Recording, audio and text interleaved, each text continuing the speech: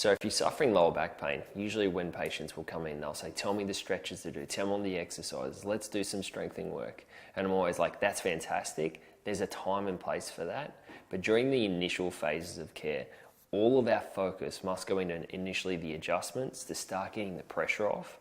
But secondary to that, we actually want to start removing the stress off the lower back. And a lot of this stress is not the big stresses. It's actually more of the positional and posture stress. So in this video, what I'm going to be doing is covering some of they're going to be quite basic, but it's something that if you're doing wrong throughout the course of the day, what'll end up happening is you'll start getting a little bit of progress with the adjustments and then feel yourself almost sliding all the way back. And you start going up and down, up and down. And there's nothing worse for your progress to experience that.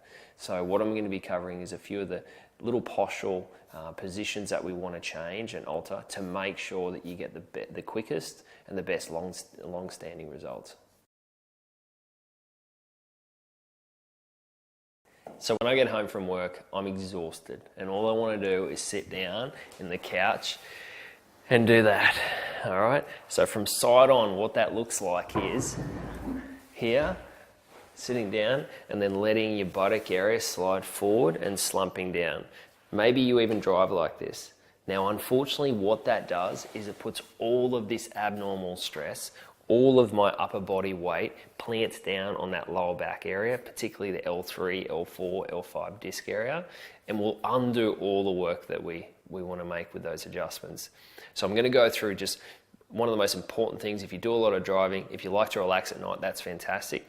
I want to teach you how to do it right so it doesn't limit your progress. When you're in the car or when you're sitting down at a dining room table, at a lounge, you want to make sure your backside is all the way back against the chair, like this. And then leaning back and allowing the chair or the car seat to actually support that lower back. So it's fully supported and there's no stress on the lower back area. Now, if you're one of these people that like to relax, make sure you tell your wife or tell your husband to remind you, because it's one of those things that when you get in the habit to it, you'll always just do this. And unfortunately, we're just not going to get the results that you want if you keep doing that.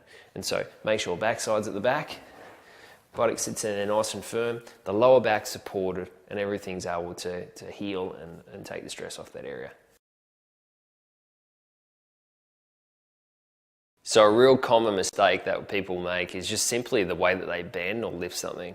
And so I'll see it all the time. Someone will come in every day and say, all I did was bend over and pick up my shirt, and now I've got this excruciating lower back pain. And so we actually want to look at the way that you've been lifting, look at the way that you've been bending, and make sure that we're taking all the stress off that lower back so you're not just putting more and more stress on it through the day. So often what I'll say, this is how not to do it, is bending from the waist down to pick something up, or if you're bending down at all to do anything. The reason you don't want to do that is that actually whatever you're bending down or picking up, the point of leverage is actually around the L4, L5 region. And that unfortunately happens to be the area that we see a lot of disc problems, a lot of long-standing conditions.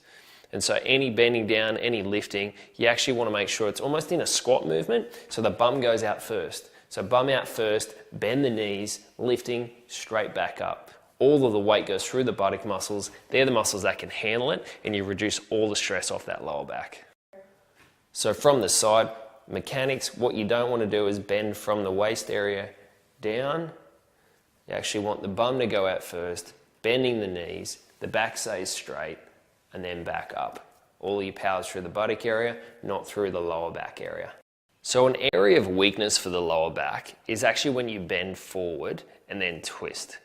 You can get yourself into a lot of trouble, and often I'll see it, just a bend and twist movement can be the cause of a lot of the acute and a lot of chronic lower back pain.